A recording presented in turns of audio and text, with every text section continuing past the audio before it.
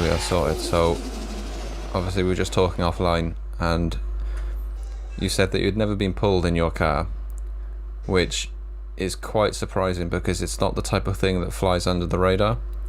Yeah, that's true. Plus, It's I never really have my plates displayed like on the front bumper or anything. really, I and they've always still literally not have been it in the pulled. windscreen. Yeah, Oh, that's crazy. and especially like with the traffic and all that, and like obviously Newcastle and all that. You like, and there's like obviously everything what's happening down south at the minute with everything getting like cracked down. You'd Yeah. expect that to be happening up here, but luckily, thank God, it's not.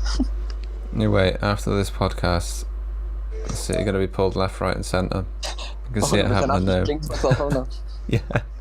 But for those, who don't know you and don't know what car you've got, give us a little bit of an intro to who you are and to what you drive. Yeah, so obviously my name's Liam, 350 underscore Liam.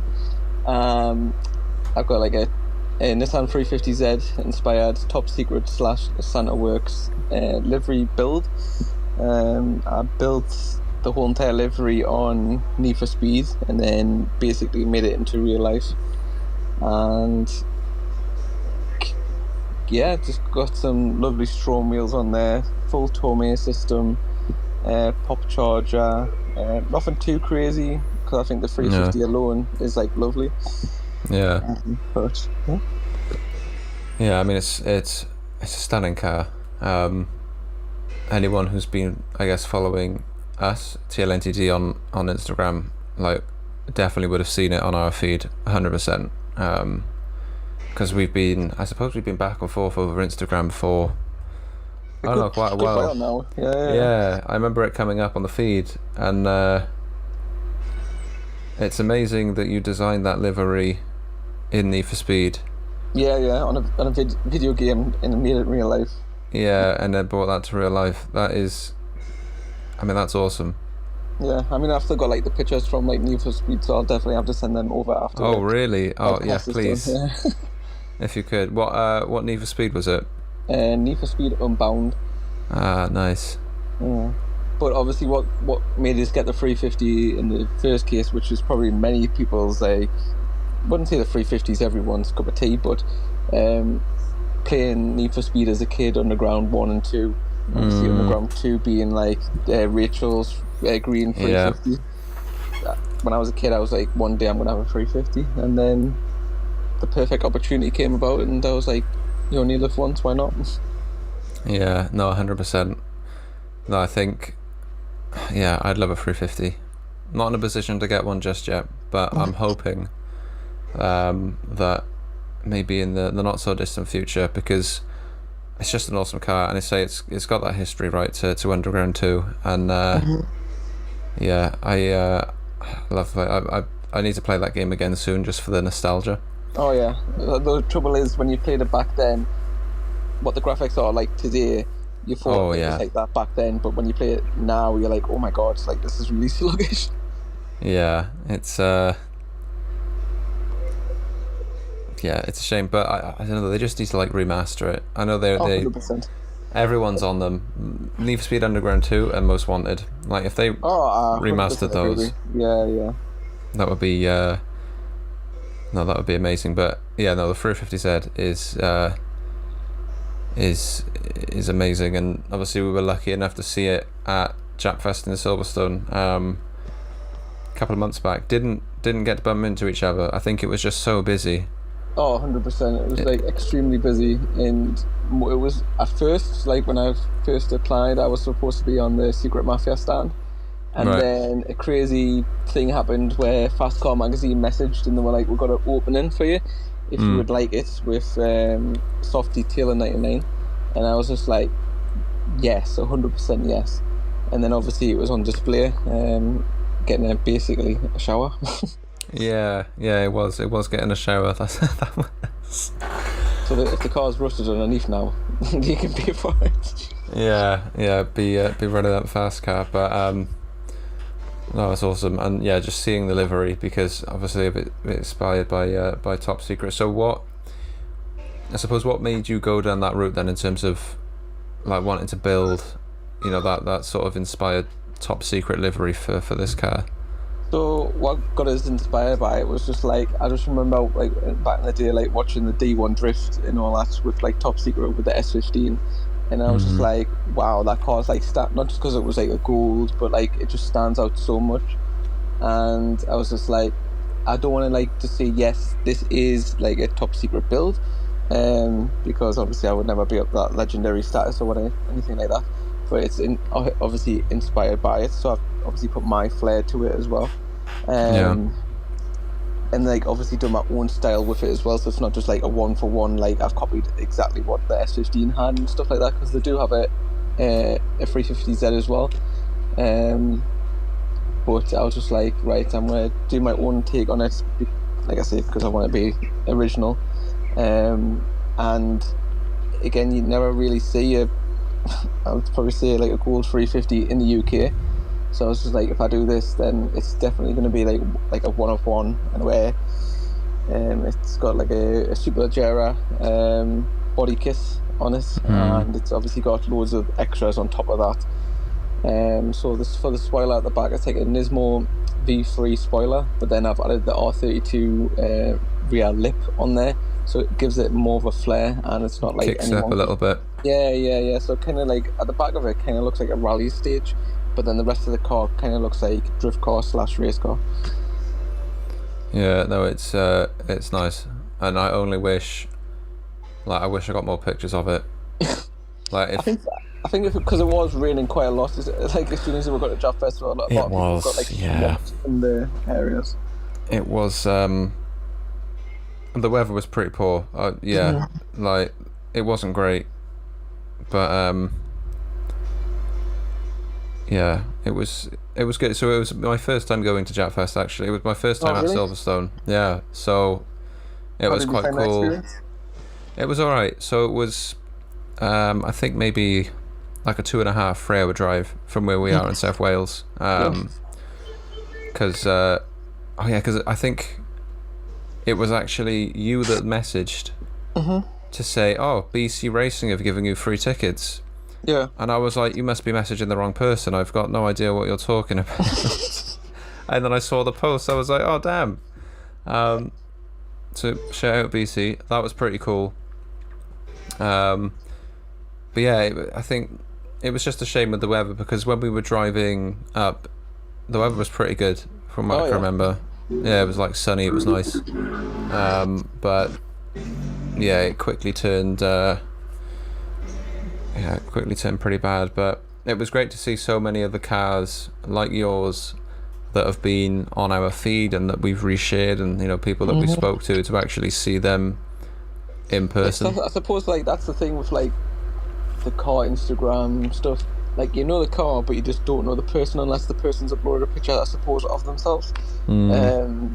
But like it's quite funny as well if you're next to your car and people don't know it's obviously your car, and then if this works in both ways.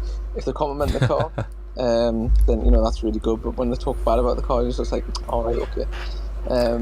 But yeah, I don't hate on anyone or anything like that. But if they drive a Corsa, game over. R.I.P. if you own a Corsa. Yeah, so like, they'll drop off. Comes in right now. They'll drop off at this point. Yeah. Damn. But no, I mean it's it's nice, man. It's a real nice car, and again, definitely one of one. And you've had it. So I think you picked it up in 2022, was it? Yeah, early 2022.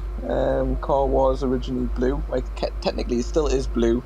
Because it's got a wrap from basically the front of the car to just past the door, just before you get to the rear quarter, because I had put the over fenders on as like a late addition after getting the wrap put on. Unfortunately, when the guy wrapped the car, he just did not do a good job. I can tell you now that guy no longer wraps. Oh, really? Yeah, so I was just basically getting messed around, and there was just like joint lines everywhere towards the rear end of the car, and I wanted there was like a whole entire list of what I wanted done. Said that it could be delivered. The final result was just not.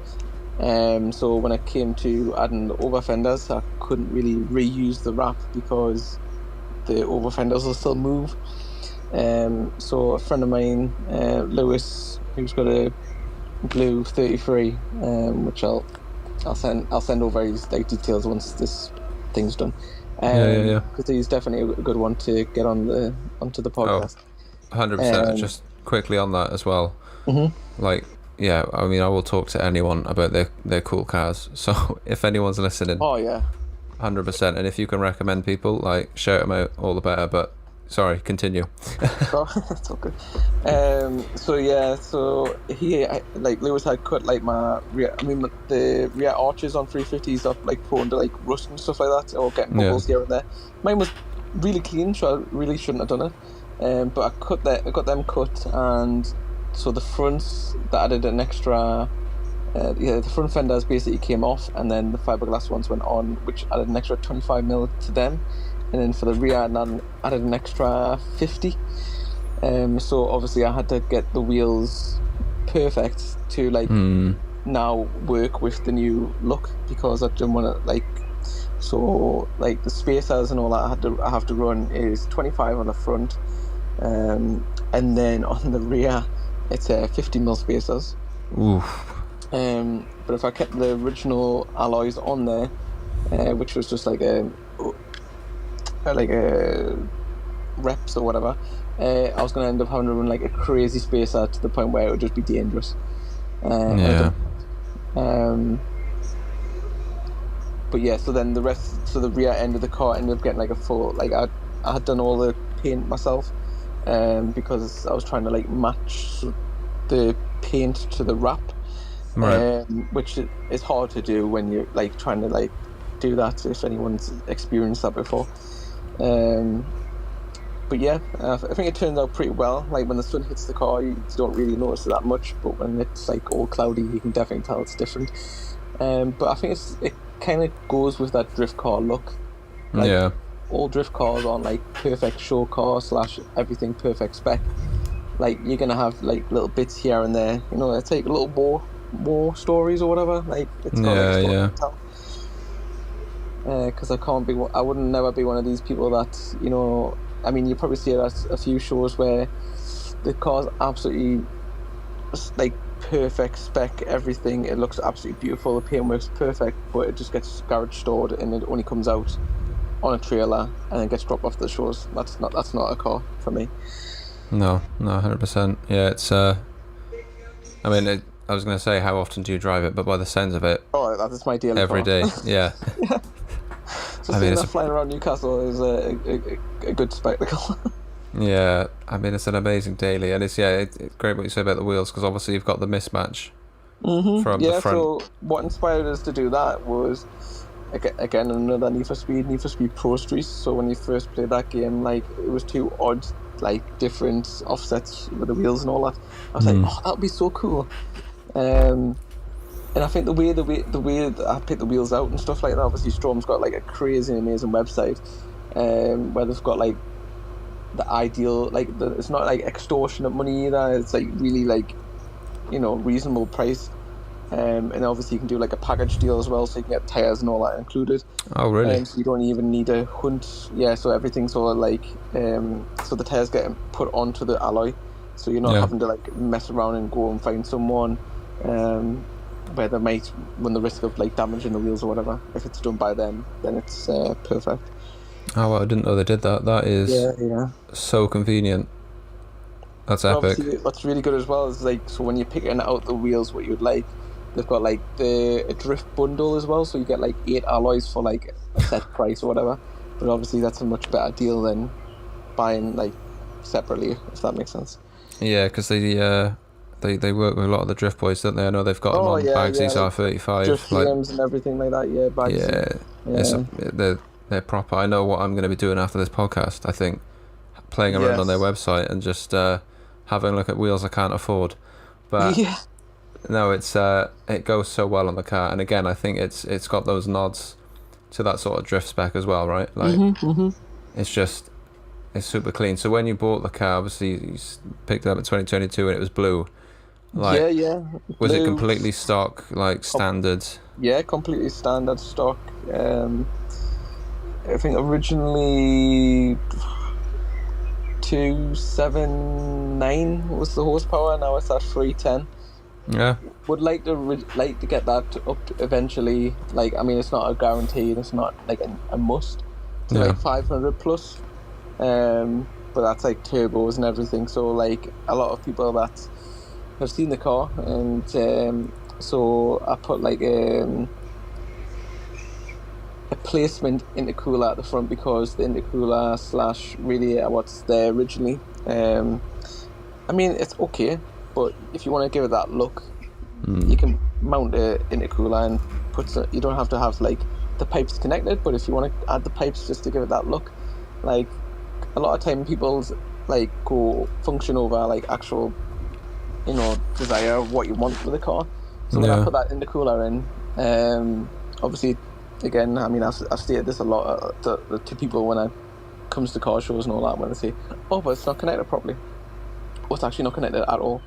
Um, it's there to cover up like that horribleness behind it, yeah. because no one wants to see like some like horrible like, yeah. I mean, it's got like a Mishimoto or like radiator and all that, and it does look nice, but I'd rather have that intercooler at the front there with like the Nismo on there with like gold with the Nismo writing, because it gives it that, again, that extra like look which suits it like really nicely. Oh yeah, 100%. And I think, like as you say as well, it's your daily driver, yeah. Yeah. So there's you've got that aspect to it as well. But no, it suits it really well with the intercooler on the front, with the Nismo on it. So yeah, I mean it's pretty amazing in the space of. Well, when do you reckon that you sort of Started the build finished? properly. Yeah, I suppose like in terms of how long it took you to sort of get to where it is, because I don't think you've done anything else to it recently. Am I right? Yeah. So recently is probably, or the most recent thing is probably the wheels. The wheels and the livery what got put on one day before Japanese Performance Show, which was in the August time last year. Right. Apart from that, I think it's just a little bits here and there, like little carbon fiber pieces for the interior and stuff like that. Carbon fiber wheel. Nice. No, so it's good that it's sort of come together over time. And it must have been pretty sketchy putting the livery on the day before. Yeah, 100%. I suppose the debut, right, at the show. Yeah, literally. So obviously, with me being up in Newcastle, most of the shows are like obviously down south and stuff like that. So Yeah. that's why, like, when you mentioned like you went to Silverstone and all that, and it took like 2-3 hours, it took like 6 hours for me. Oh damn. But when it comes to like the shows and all that, you obviously see it like one day. You still go down the day before, and then it's not as far to travel for the events and stuff like that. Yeah, so it's like, and as well, when I put the livery on, it was just myself putting it on. Now, Wow. Fair play. previously to that, when I had wrapped the bonnet for Japfest 2 years or 1 year previously, again, I had 5 hours to wrap it before Japfest. The guy that was supposed to be helping us didn't turn up, so I was just like, I need to do this, otherwise, I could still use the old bonnet. Not really the thing I'm looking for.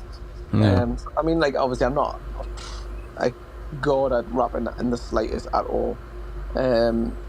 Like really like basic like stuff, yeah, fine. So when it came to like something like a whole entire like bonnet what's got vents and stuff like that, you're basically challenging yourself like crazy. So it's like one of these things when I say reels at the minute, where it's like how you view your car compared to what people actually see with the car. When you've got like like the professional cameras and all that, and you're like from a distance, you're like, oh my god, that car looks so cool. But then when you get closer, I mean, it's like everyone's car. You got little bits here and there, like you got tire curb rash or like got stone chips or whatever. But from far away, it looks perfect. Yeah. No, that's it. And I think like testament to you doing the work yourself as well. And I Yeah, suppose yeah, I think I it's. was sorry, go on. Oh, I was just gonna say as well. It's like one of these things. It's like built, not bought. You don't want to buy a car that's Mm, already done, because what kind of like satisfaction do you get out of that? well, yeah, I mean, especially taking it from bone stock to where it is now, Mhm. Mhm. and yeah. So I was going to ask about you wrapping the bonnet. So it's the bonnet that you've got on there now that you wrapped in black, and obviously you put the livery on afterwards, and you give yourself 5 hours Yeah. to get all the vents. Why did you do that to yourself? That seems Stress. unnecessarily stressful. That's Yeah. probably why I've got no hair. Um, but yeah, I don't know. I like. It sounds funny, but I like challenging myself to like various things, like putting yourself in an uncomfortable, like stressful situation. Sometimes gets like the best results. Um, in just I don't know, just proving others wrong or yourself wrong that you can't do it. Yeah. Um, but yeah, when I'm putting the livery on, like the bonnet and all that, like it had to be perfect. Like obviously, when you look at either side of the car and all that, yeah, you can have like a little bit like further up on one of the stickers or stuff like that. But you're having to like go backwards and forwards and go right. That lines up with that one. That lines up with that one. So I mean, originally what I was going to do was like how they do it in Japan, where you completely flip one of the sides, so it's like in reverse in a way. Mm. But I was just like, no, I'll do it this way, so then you don't have the the people that don't know go question it and go, well, that looks strange or whatever, and then only getting pictures from that one side, if that makes sense. Yeah.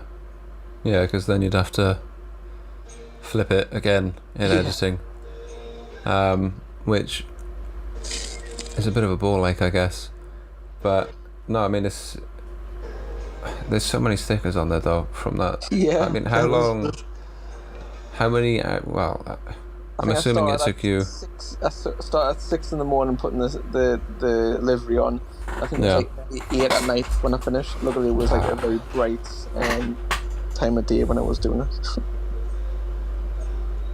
I think I just gave Yeah. myself like a 5 minute Red Bull break, and then the rest was like go go go go go. Yeah. I mean, it's yeah. I don't know. Fair play to you. Like I wouldn't even know where to start with something like that, especially in the time frame Oh yeah, to get it done as well. So that's pretty epic. And in terms of the work, then, so it seems like you've done, you know, pretty much most of the work yourself, really. yeah. So like I say, Lewis obviously cut my arches and all that, so he was like a massive help. And then Hmm. another guy, Ryan Stone, he helped with like another one just before and this year's Japanese performance, doing like the full hard tuned neon kit. The only trouble with my Yeah. kit is like it's not crazy lowered, it's just on lower and springs, but thanks to the roads in Newcastle, and the lovely battery basically drained when I was at Japanese performance, so I had to use one of the guys, Nick's massive jumper pack, just to start the car, just because obviously the neons had been on like for the full like event, Yeah. which was pretty funny, and it's a good story to tell and stuff like that. But I think that's what most events, I won't say everyone, but most events is like, it doesn't matter what the event is, like you got a good group of people that obviously turn into family, like it's just good group of people. Nick, Yeah. Brad's like just yeah, Jack. I mean, I'm just naming names now, but like when they watch the podcast, they'll know. No, I mean, go for it, man. Like, you know, that's what it's all about. You know, having those friendships, and I think building those memories as well. Because I Oh think yeah, often people get so caught up with the end goal that they don't take time to enjoy the journey to get there. You know, the oh trials, the yeah. As well, tribulations, it's like all of that. when I first started like the car Instagram, it was like in the December time. No, was it December time? So I got the car in 2022. I think it was like the June time, but it wasn't until the December when I started the Instagram properly. Yeah. And then I just kept on like putting out content, and then I was like, obviously, the good thing about it, I suppose, the car Instagram itself, like, you make your connections and you keep on like pushing your stuff out there, and the more people reach out. So one of the guys who I know, Reese Captures, which is like an insane guy for like pictures. Yeah, I know what you mean. Yeah. Yeah. So Reese is just insane. So he had done like so many pictures for myself and shoots and stuff, and it was like in the September, November time or whatever, that I bought the camera he used for my photography, like for what I use now. Like I got his Sony A7 II with a Sigma lens and all that, and Oh, nice. now I just do all the shoots myself. And wait, not just car content, I do like just everything now. But like I say, just like I thrive when other people are thriving. Like Reese at the minute is just going absolutely crazy with like his stuff. Like I think he's like the algorithm for himself, like on like the views wise, is like over 3 million at the minute.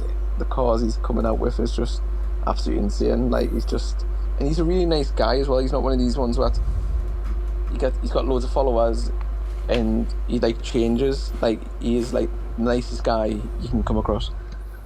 Yeah, we've had a lot of interaction with Reece, similar to yourself. I can't. Yeah, I mean, it must have been maybe around a similar time. To be fair, I know he's at Goodwood now. Yeah. I mean, the shoots that he does, the cars he gets to work with, and it's great that you've got that connection, because I'd obviously seen that he'd put some pictures up of the car, but I didn't realise that you were sort of as close as you are, which is awesome. Yeah, so how that came about was about 2 years back now, when the car was like obviously still in its basic gold look, with the different alloys and stuff like that. It didn't have any of its like fancy parts on what it's got, like the livery and all that now. Didn't even have the carbon bonnet. It just had like the gold bonnet anyways. So there was a Mafia run with like Secret Mafia lot, and they set up this run where it was starting from Tamsworth and going all the way up north, and Reece was on the media team that was filming for that day, and there was a few other ones like Jay and all that who, again, we'll probably end up watching this as well.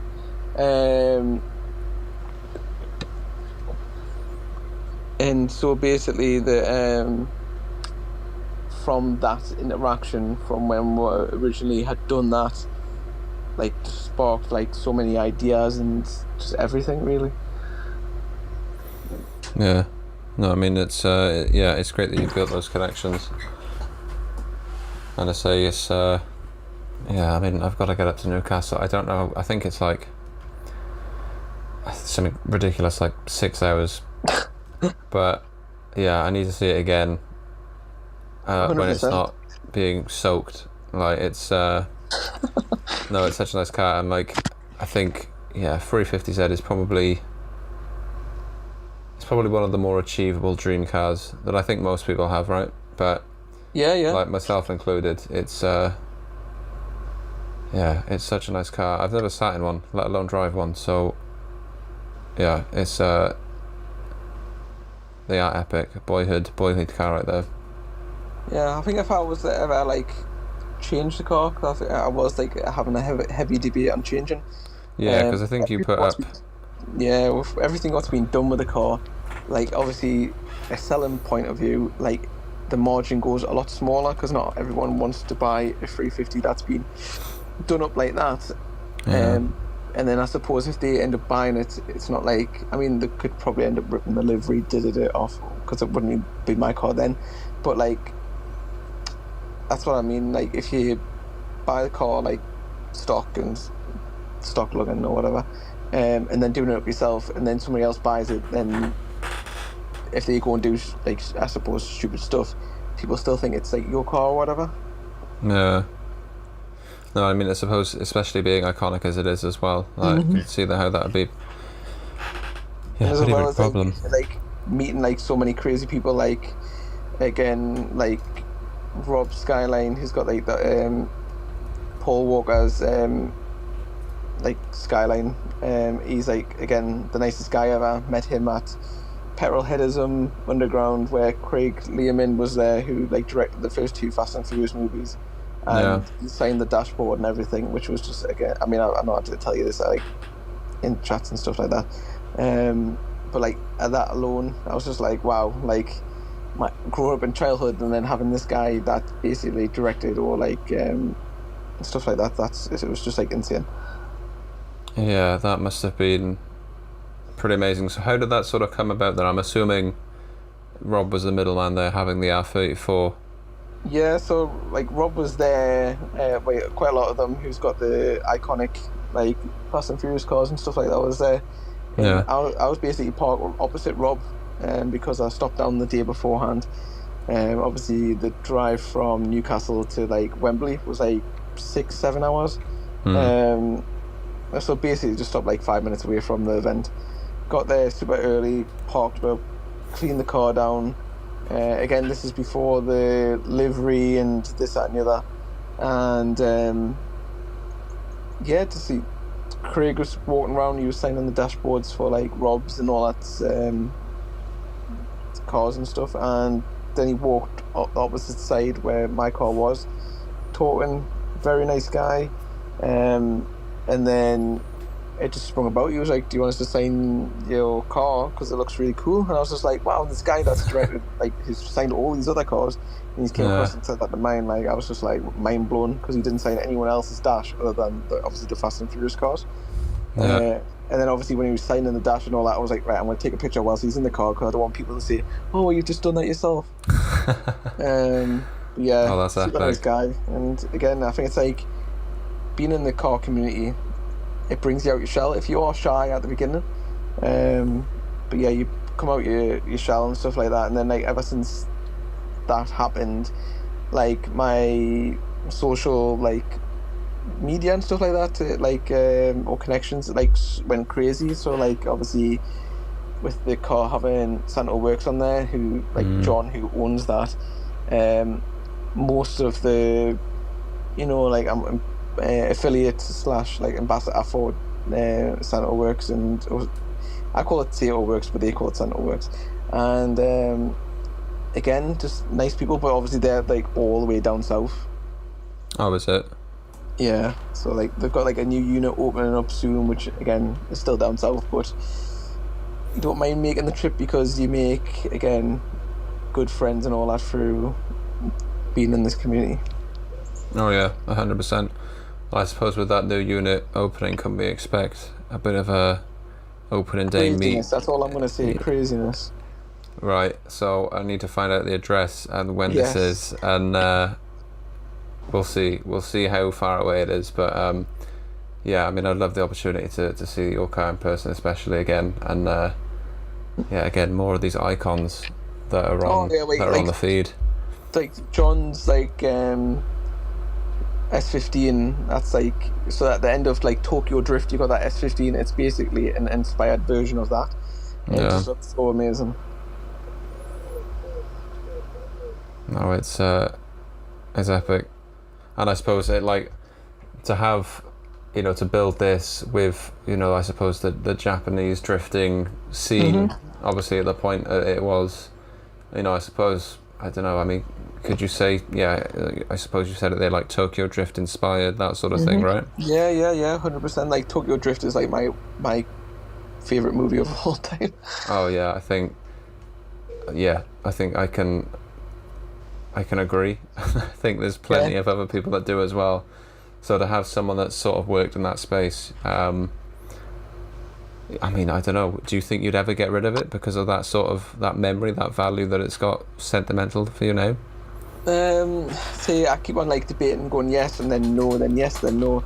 I think I know I bought the right car because it's one of the, I mean, it's probably the same for yourself or anyone else that's listening to the podcast. When you park your car, you walk away and then you turn back and you just smile, like, you know, you've bought the right car. And then if you end up buying another car or trading it in for something else, it might not have that same effect. Yeah.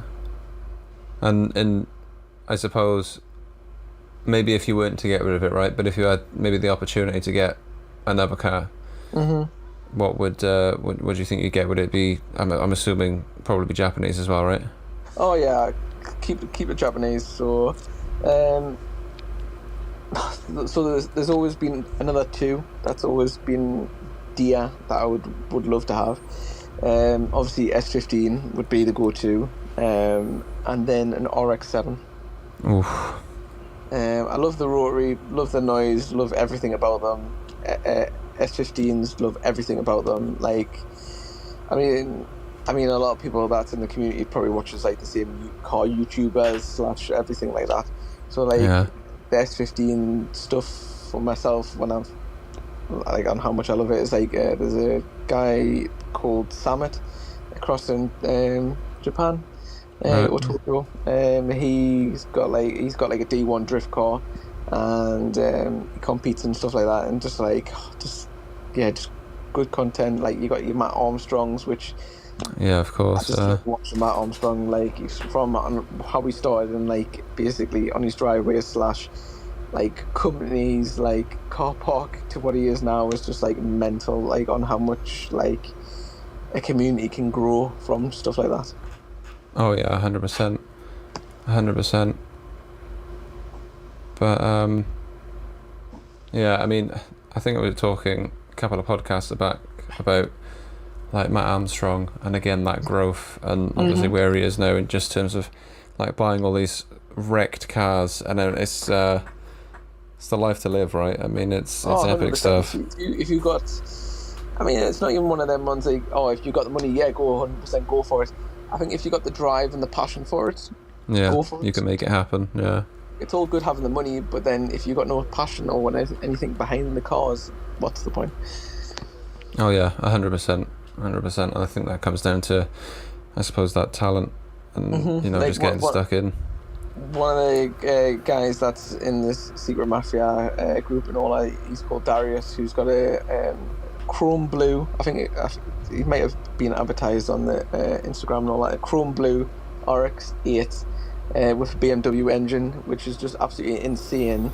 And like he uses it for drifting, and yeah, just the nicest guy ever. He's called D. Drifts, I believe, if I can remember his Instagram name on the top of my head. But again, I'll send that over after this is done. But yeah, just insane. Yeah, I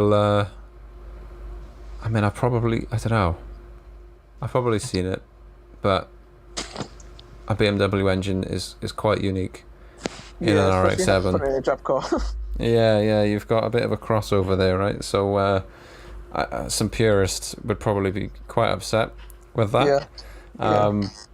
But no, definitely have to have a look at that as well. And then in terms of, obviously I know you've got a bit of an issue at the minute that you're working through with the wheels, but Yeah. is that something that's sort of kept the car off road? Have you been able to sort of still use it? So I've still been able to use it and all that. So like, I suppose like the trouble was like having, I've mentioned off camera and all that, like having stretch tires or extreme stretch.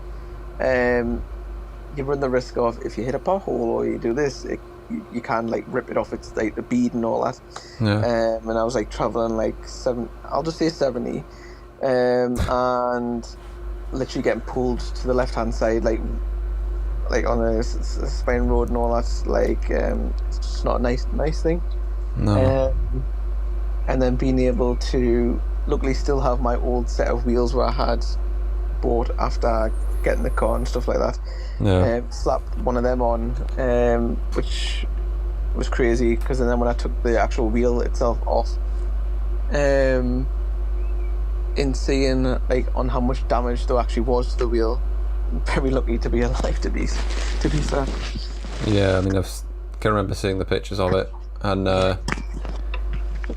yeah, like you say, right, it's part of the risk of running those sort of tyres on that, but I think I said, like you said, that Stroma like helping you out there as well, which is like, and the good thing is, right, as well, is like a lot of the time they've got like the crazy good deals on for like some like discounts and stuff. So like even if it wasn't that, there's always like a discount here or there.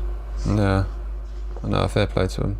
It's good to see that they're sort of suppose taking care of their customers, right? And Oh, 100%. I think that's what builds like the community, really, like having companies that where you don't have to wait like 10 weeks for them to like send a message to say okay or no or whatever. It's like good communication, and that's what it comes down to, really.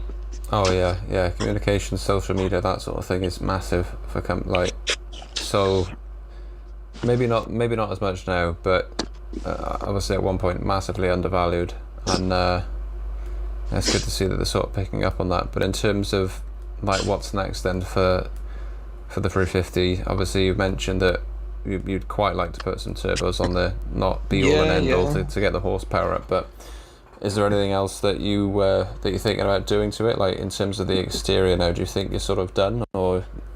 For exterior wise, I think there's always going to be something where I go, oh, it look pretty cool if I would add this or that. For like going back to like Need for Speed and all that underground, like you had the roof scoops and stuff like that, and then you had and then when I'm like looking at the car, like there's been a few times when people said, oh, it looks like a Porsche, and I'm just like, because obviously there's no badge at the front now, other than the back, but like I love the GT3 RS, like look how it's got like the vents in the front fenders, and then like a vent that goes basically into like towards the rear wheels, really, or fender. I would love to do something like that, like adding like just even more to it, but not overdoing it to the point where it's just like looks ridiculous, because I've seen some cars out there where they've added too much and it's just completely ruined the look. Yeah, I mean, I think there's a balance. Oh, 100%, yeah. Like, definitely. But again, like, I really like that front bumper on the 350s, because again, it's so different, and it brings it down and just makes it like a bit more sleek, and I suppose you know, you could say a bit more like a Porsche, I guess.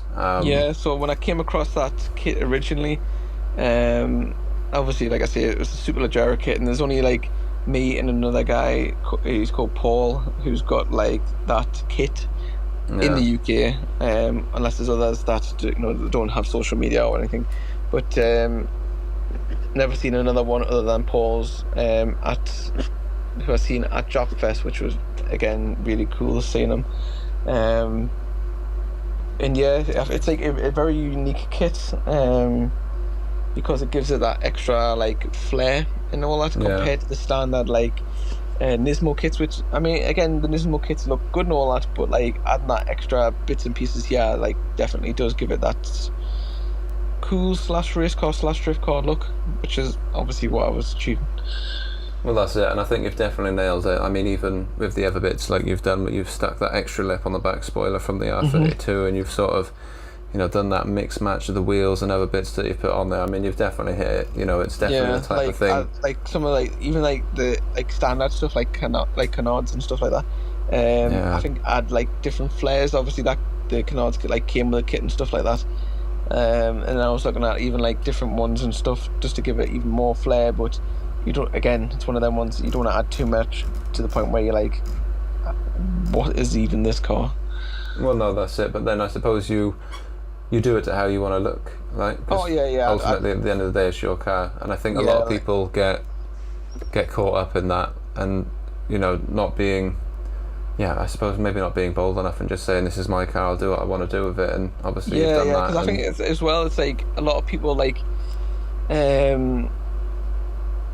from what I've seen in the community, like definitely in the 350 community, there's a few people I know that where they've wrapped their own car or something like that, but then they've talked bad about like my car or whatever, even though it wasn't made that wrapped and stuff, which is quite funny.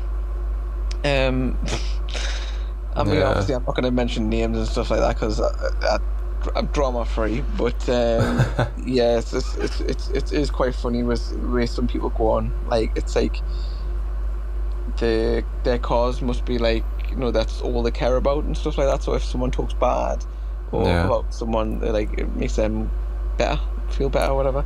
I mean, at every event and all that, I always like. As a lot of my mates know, that I always talk bad about my car. I never go, oh yeah, like obviously recently, like the way the car and all that looks now, like I can stand back and be happy about it, and like obviously every part that part of the car, or every like, I mean, down to like nuts and bolts and all that. Like they all got stories. Like, yeah, and I think it's just one of these ones where it's like, if you don't do it yourself, you got no satisfaction. And yeah. No, that's it. And I think you can definitely look back at that and be happy with what you've done. 100%. Right down to designing the livery on a computer game and then bringing that to real life. It's. I mean, it looks exactly what you've explained. You've tried to build it. It's definitely the type of thing that you'd expect to see shredding at Mount Fuji, or on a circuit somewhere. So, no, fair play. And I noticed you've got a bit of a lip right on the top rear window, is it as well? There. Like right on the rear window, yeah. Yeah. Yeah, so I think again, like that carbon spoiler, just adds again more flair compared to the standard look. It's just small little bits and pieces, like obviously inspired by like obviously as I say, Top Secret and all that, but like I've got like loads of inspiration from like Porsche, like again Porsche GT3 RS and stuff like that, and just like looking at drift cars in general, especially across in Japan and all that, because they're just insane. One of the guys that I know that's across in Japan, he hand builds his own like body kits. Again, I'll send his details over after this. Awesome. He built his whole entire body kit, basically starting off with, I mean, it's going to sound so stupid, but cardboard, expanding foam, then making the whole entire body kit. I mean, again, it sounds insane, but once you see the results, you just go, wow, that's next level. It's like got like a Porsche, pretty much like a Porsche front end conversion and everything, and then the rear end looks like an Aston Martin. It's insane what people's like design skills when it comes to like body kits and just generally just doing it yourself, because you get more satisfaction out of it. Yeah, no, 100%. I think there's a couple of people I follow. I think one of them's called King CM, and like I think he did a Civic, or maybe it wasn't a Civic. It was like this Kirby build or whatever. It was awesome, and like using 3D printers to print, in bits. The arch or whatever, and then stick it all. A completely different way of doing things. Obviously, the way that technology's allowed us to do stuff like that now. It's insane. But again, it all comes down, to the journey and the stories that come out of doing those things. Because one person's like car is somebody else's like nightmare or whatever. So they could look at it and go, "I would never do that," and I would never do that. And like that's good and all that, but if you got a good what I use here? If you basically just don't care what people think, the better you are.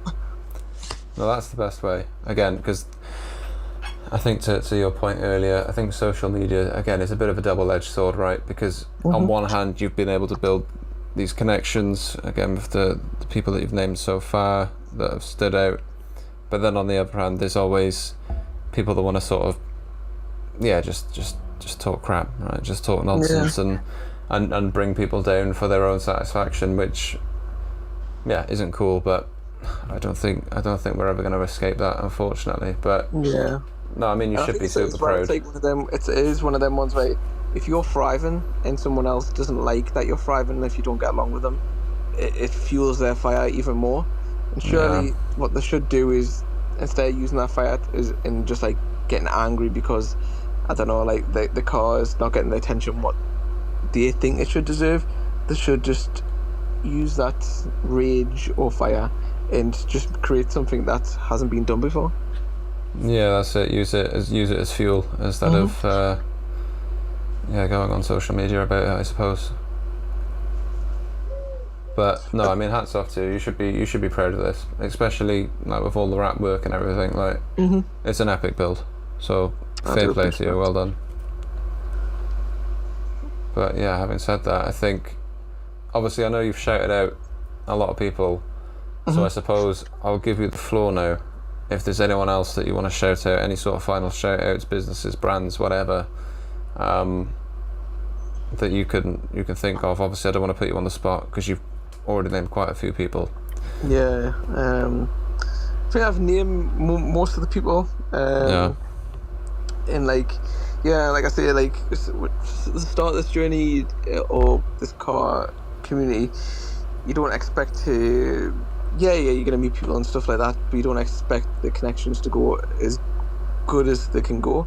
When you've got like brands messaging you saying that they want to collaborate and stuff, and just various things like that. Like the craziest one, obviously, being that like when Fast Car Magazine invited us to like Silverstone, or like even like joining like the ambassador like team with like Santa Works and stuff like that, which was just insane because obviously on how big they are, and obviously everyone gets stuff from them because it's like good quality material and good quality like stickers as well, because you got a lot of brands out there that just is like just really cheap and you can tell the quality is bad, like with obviously Santa Works and all that, or Santa Works, it's like good quality stuff, and it's like Japanese stuff as well, so it's like you're buying, like if you're in the Jap scene, like you're getting that good quality stuff. Yeah, 100%. I mean, again, definitely massively geared towards that, to the JDM culture. So, but no, fair play. And then I suppose finally, from yourself, where can people find the build? Where can they see more, obviously, of this car? So they can see the build on obviously Instagram and stuff. So it's just at 350__Liam. Lots of the behind the scenes and stuff like that over the last year, I suppose, is on there. I mean, the same username is used on TikTok as well. That is even more behind the scenes of like just everything what Instagram doesn't get, basically. Super. But then obviously with like all the upcoming car content and all that, again, that's all thanks to Reese Capshaws allowing us to buy his camera from, and then just good quality people. That's what's come from everything. Yeah, no, 100%. And I suppose finally, right? Have you got any shows upcoming soon, or are you sort of keeping quite quiet from there? So originally I did have a few shows booked in, but I've ended up just like, because I should have been at the Ultimate show and stuff like that. Right. I'm just not thriving on shows at the moment. Not to hate on shows and stuff like that, but like when I think of a show, or what a show should be, Forza Horizon. There we go. If someone can do something like Forza Horizon, I'm all for it. If the venue needs to be good, location needs to be good. You don't want to have like get thrown into like a corner or something like that and not get the attention that certain cars deserve. But yeah, if anyone's listening, organisers, do Forza Horizon, I'll be there. Yeah, no, 100%. Well, look, thank you for coming on. Love the car. It's been great to talk to you, and take it easy, man. Yeah, you too, bro.